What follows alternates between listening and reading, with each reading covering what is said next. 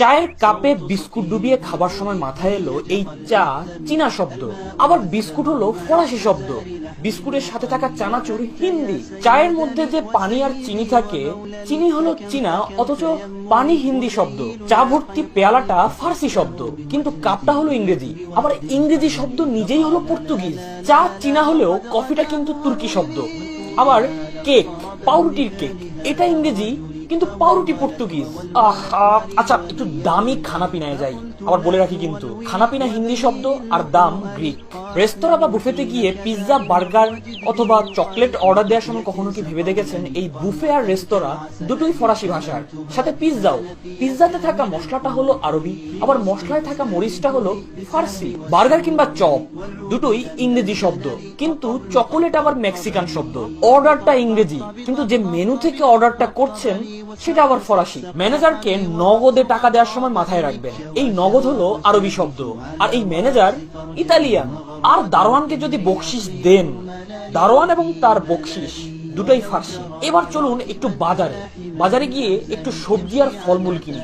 By the way, বাজার আর সবজি দুটাই ফার্সি। আর যে রাস্তা দিয়ে বাজারে যাবেন সেই রাস্তাটাও ফার্সি। ফলমূলের মধ্যে আনারস পর্তুগিজ, আতা কিংবা বাতাবি লেবু। লিচুটা আবার চীনা, তরমুজটা ফার্সি, অবশ্য লেবুটা হলো তুর্কি। পেয়ারা আর কামরাঙ্গা দুটাই পর্তুগিজ, অবশ্য পেয়ারার রং সবুজ, এটা ফার্সি। ওজন করে আসল দাম দেওয়ার সময় মাথায় রাখবেন এই ওজনটা কিন্তু আরবি শব্দ, আর আসল শব্দটাও আসলে আরবি, আর দাম কিন্তু গ্রিক শব্দ। এটা আগেই বলেছি। ধর্মে কর্মেও একই অবস্থা। মসজিদ আরবি শব্দ, দরগা আর ঈদগাহ ফার্সি শব্দ, তবে গির্জা পর্তুগিজ, সাথে গির্জার পাদ্রিও। যিশু শব্দটা পর্তুগিজ, কেয়াং এদিকে বর্মিজ, অন্যদিকে প্যাগোডা হলো জাপানি, আর মন্দিরের ঠাকুর হলো তুর্কি। আর কি বাকি আছে? ও হ্যাঁ, কর্মস্থল, অফিস আদালতে বাবা, স্কুল কিন্ডারগার্টেনে সন্তান।